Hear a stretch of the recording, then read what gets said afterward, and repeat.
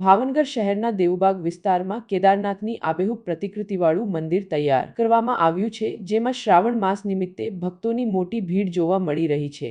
પવિત્ર શ્રાવણ માસ ચાલી રહ્યો છે, ત્યારે દેવબાગમાં કેદારનાથમાં રહેલા પૌરાણિક શિવાલય જેવી પ્રતિકૃતિવાળું શિવાલય તૈયાર કરાયેલું છે।